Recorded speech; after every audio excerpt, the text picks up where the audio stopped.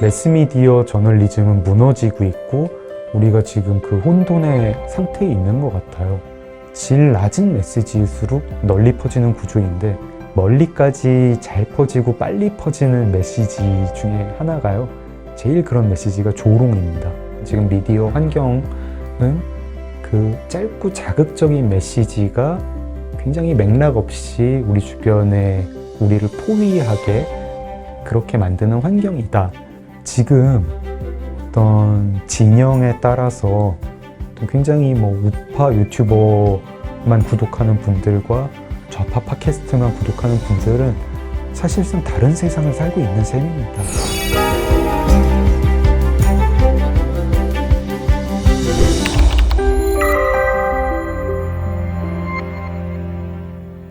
단편소설을 쓰고 있는데요. 이게 이제 거의 다 썼고 뒷부분만 조금만 더 쓰면 되는데 올 가을에 출간을 하고 싶어요. 제목은 재수사라고 하고요. 이제 20년 전에 어떤 살인사건이 난 거를 지금 형사들이 2020년에 다시 수사를 하는 그런 내용이에요. 근데 이게 그냥 범죄 소설이기도 하고 그 20년 사이에 그 살인사건 관련자들이 겪은 내용 같은 것들, 그들의 삶 같은 걸 묘사를 하면서 한국 사회가 이제 그 사이에 어떻게 변했는지 이런 것도 좀 담아보고 싶은 욕심이 있습니다.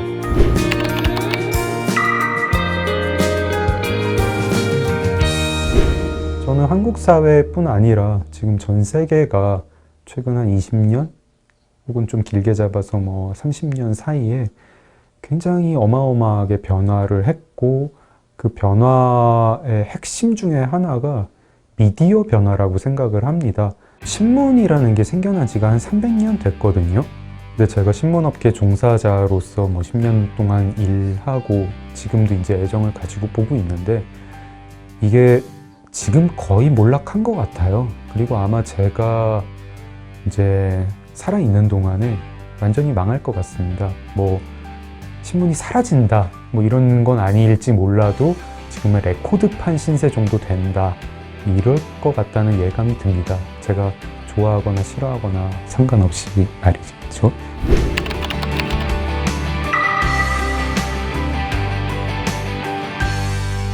신문만 그런 게 아니라 우리가 신문을 포함해서 매스미디어라고 했던 것들, 공중파 방송까지, 그러니까 매스미디어의 시대가 끝나는 것 같아요.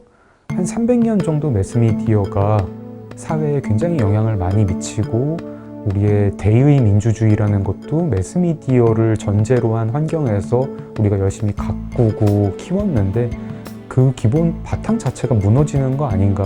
그리고 이제 새로운 시대가 새로운 미디어랑 관련을 맺고 있는 새로운 정치제도, 사회제도, 사회문화 이런 게 열리는 거 아닌가 이런 생각을 하고 있어요.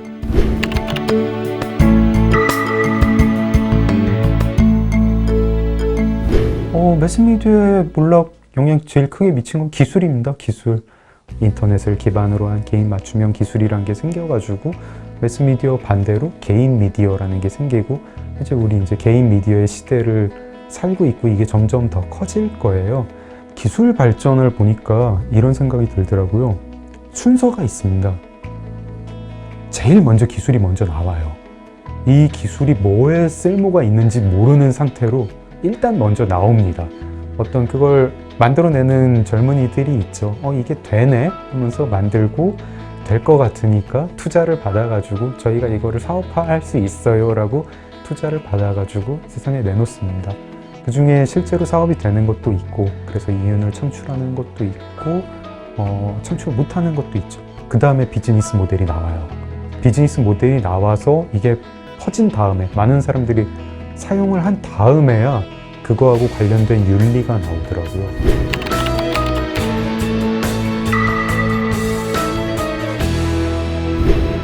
신문이라는 것도 그렇습니다. 제일 먼저 신문이 나왔고 신문이 처음에 나왔을 때 그렇게 그 신문업계 종사자들이 지금의 저널리즘 종사자들처럼 저널리즘 윤리를 갖춘 사람들은 아니었어요.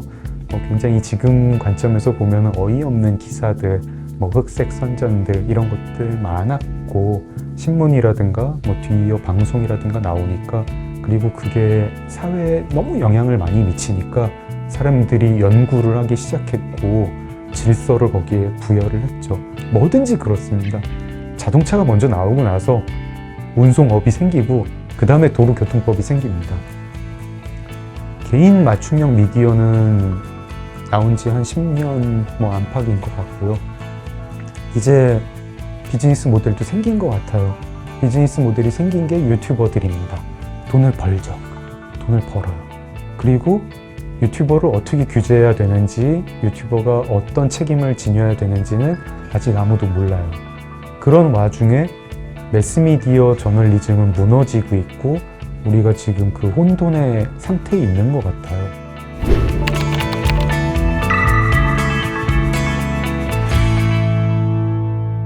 최종 소비 과정에서 일어나는 일들은 뭐냐면 굉장히 내 입맛에 안 맞는 뉴스를 이제 거부하게 됐습니다.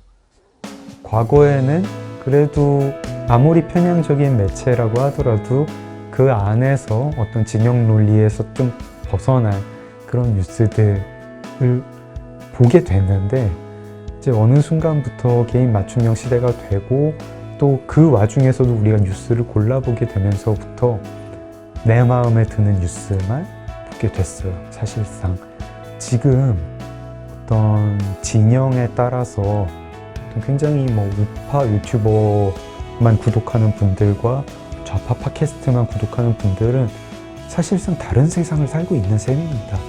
서로 다른 뉴스를 보고 아예 여기서 다루는 뉴스가 여기 안 나오는 경우가 흔하고 같은 뉴스인데도 해석이 너무 달라가지고 완전히 딴 세상에서 사는 경우가 흔합니다. 좀 상식적인 사람이 봤을 때 굉장히 비상식적인 주장을 하는 극단주의 그룹이 있는데 이 그룹들이 서로 뭉쳐가지고 자기들끼리 우리는 상식적이구나 라고 생각을 하면서 목소리를 냅니다. 목소리를 내면서 어느 순간 심지어 주도권을 잡기도 해요. 그리고 자기들과 같은 의견인 정치인들을 지지를 하고 그런 사람들을 국회로 내보내고 하면서 미디어에서 일어나는 일들이 사회에 영향을 미치고 있다고 생각을 합니다.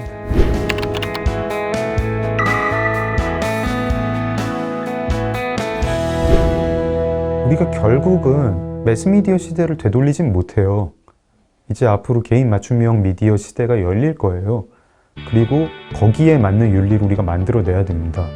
그걸 만들어낼 때 굉장히 중요한 철학적 쟁점 중에 하나가 저는 아마 다양성 문제를 어떻게 우리가 정리를 할 것이냐인 것 같아요.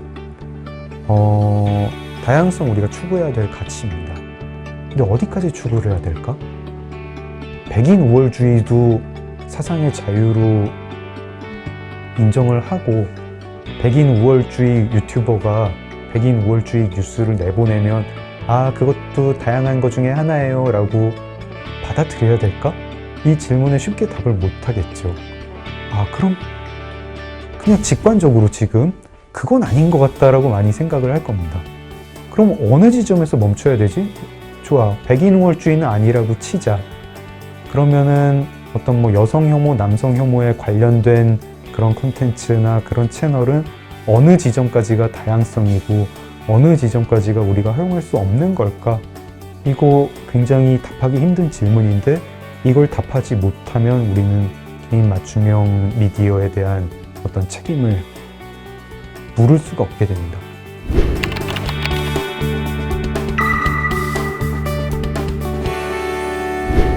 극단주의라는 게 지금 말씀을 드리니까 꼭 정치 지형에서 우파 극단주의와 좌파 극단주의가 있다 이런 생각이 들지만 실제로 그런 식으로 되진 않거든요. 그러니까 극단주의 그룹이 굉장히 여러 개가 생기는 거예요. 이런 극단주의, 저런 극단주의, 이런 극단주의, 어떤 분은 인종, 어떤 분은 젠더, 이런 거 관련해가지고 여러 가지 극단주의 그룹들로 사회가 파편화되는 것 같습니다. 이렇게 파편화가 될 때 이 사회는 어떻게 되냐면 과거에 그래도 사람들의 의견이 상당히 모여 있을 때, 겹치는 부분이 많을 때 거기서는 좀 뭔가 그래도 토론의 가능성이라는 게 있습니다. 우리가 대의민주주의라는 게 단순히 다수결을 해가지고 그냥 머릿수가 많은 사람 뜻대로 하자, 머릿수가 많은 그룹 뜻대로 하자는 게 절대 아닙니다. 대의민주주의라는 거는 밑에 토론이라는 개념이 깔려 있는 거예요. 수의 민주주의라고 부르는 게 옳을지도 몰라요. 사람들이 어떤 주제가 있으면 모여서 그걸 가지고 심사숙고를 한 다음에 그 다음에 뭐 투표를 해가지고 결정을 하는 거죠. 심사숙고하라는 곳이 이제 국회, 의회인 거고요. 이렇게 파편화된 그룹들이 굉장히 많을 때 그 그룹들이 서로 모여가지고 토론을 할 수 있을까? 그게 굉장히 힘들어지는 것 같아요.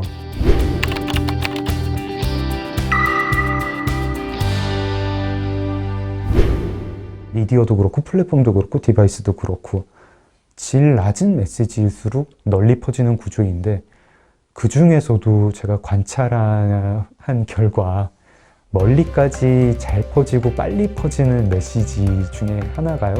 제일 그런 메시지가 조롱입니다. 조롱이라는 건 기본적으로 길지 않아요, 원래. 짧을수록 파괴력이 있죠. 그래서 짧고 강력한 조롱이 많이 퍼집니다. 그것만 보는 사람은 결국 그냥 조롱으로 가득한 세상에서 사는 거예요. 비유하자면 그냥 화장실 낙서가 가득한 그런 곳에 사는 사람이라고 할 수 있어요. 별로 정신건강에 좋지는 않을 겁니다. 개인적으로 정신건강에 좋지도 않을 뿐더러 그분은 세계를 오해하고 있거든요. 실제로 그 조롱의 대상이 되는 사람들이 정말 그 조롱받을 만한 대상이고 조롱받을 만한 사업이고 조롱받을 만한 정책이냐 하면은 그렇지는 않습니다. 이거를 짧고 멀리 빨리 퍼지게 하기 위해서 짧게 만드는 과정에서 왜곡을 많이 했고 어떤 커다란 부분에 꼬투리 하나를 잡아가지고 조롱을 하는 거기 때문에 실제로 파악을 해보면 복잡한 사안이구나 라는 게 실제 세상이에요.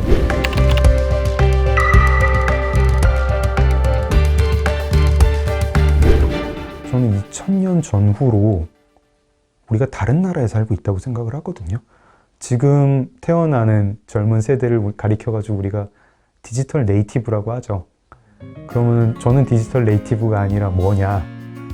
디지털 이민자라고 생각을 해요. 지금은 사실 우리가 다른 사람들이랑 인터넷을 통해서 소셜미디어를 통해서 대화를 할 때 그 상대를 고를 수 있습니다. 트위터 친구 맺기를 맺은 SNS 1촌이든 내가 고를 수 있고 인간관계라는 게 굉장히 유동적이게 됐어요. 그런 과정에서 싫어하는 사람과 부대끼며 사는 법을 디지털 네이티브들은 잘 겪지 못했고 그런 게 어떤 종류의 훈련인데 그런 훈련을 받지 못한 거 아닐까, 그런 훈련의 기회가 덜한 거 아닐까 이런 생각을 합니다. 인간이 성인으로 자라는 데 필요한 어떤 과정의 일부이지 않았을까 그런 생각도 해봅니다.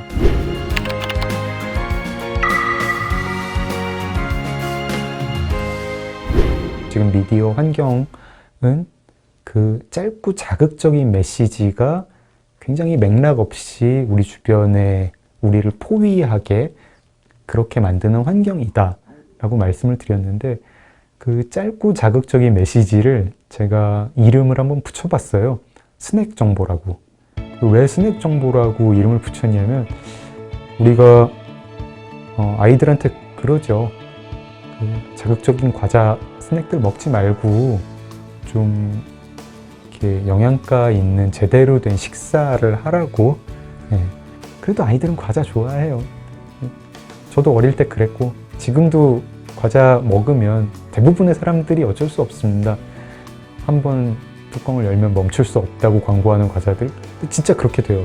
뚜껑을 따가지고 먹으면 계속 먹게 돼가지고 결국 한 통을 다 먹은 다음에 아 이거 나 왜 먹었지 하고 후회하게 됩니다.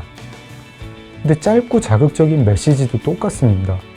우리가 스마트폰을 꺼내가지고 보면은 사실은 그 제목만 봐도 그게 쓸모없는 기사인 걸, 쓸모없는 메시지인 걸 압니다. 클릭해봤자 별 내용 없는 메시지가 나온다는 걸 알아요. 아는데 그걸 숙고할 정도의 시간이 없이 우리가 그냥 그걸 보는 순간 반응합니다. 그냥 눌러버립니다. 감자칩 한 통을 먹었을 때랑 기분이 똑같아요. 다시는 안 봐야겠다 라고 생각을 하지만 우리가 저항하기 힘들어요, 사실. 인간의 어떤 본성적인 욕구를 자극하는 그런 음식이고 그런 메시지이기 때문에 한번 시작하면 중단하기 참 힘듭니다.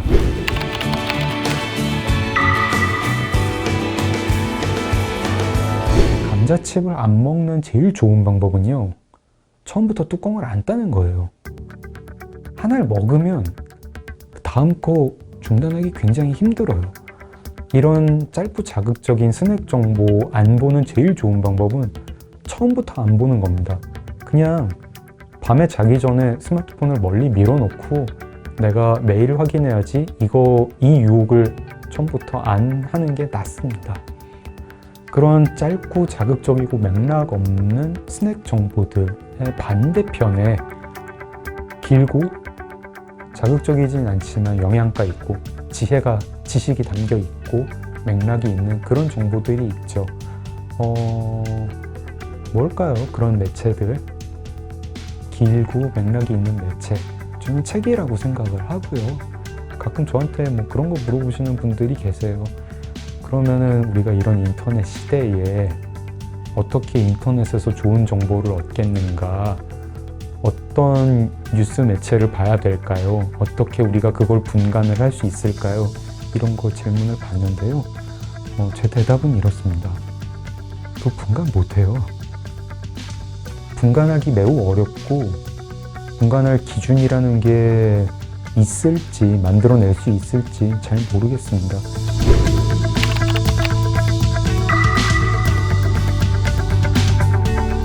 위로는 어떤 정치 영역에서부터 아래로는 우리가 굉장히 삶의 기본적인 조건이라고 생각하는 타인과의 관계 맺기에까지 이 개인 맞춤형 미디어라는 게 너무 파괴적인 영향력을 미치는 것 같습니다. 좋은 영향력 있고요, 분명히. 그거 부정하지 않습니다. 좋은 영향력 있고 나쁜 영향력도 있습니다. 그리고 그게 다 너무 크고 우리가 이걸 좀 통제를 하는 게 좋을 것 같아요. 어떻게 통제를 할 것이냐, 수단도 잘 모르겠고 어떤 방향으로 통제를 해야 될 것이냐, 그런 철학도 잘 모르겠습니다. 지금부터 진지하게 좀 고민을 해야 됩니다.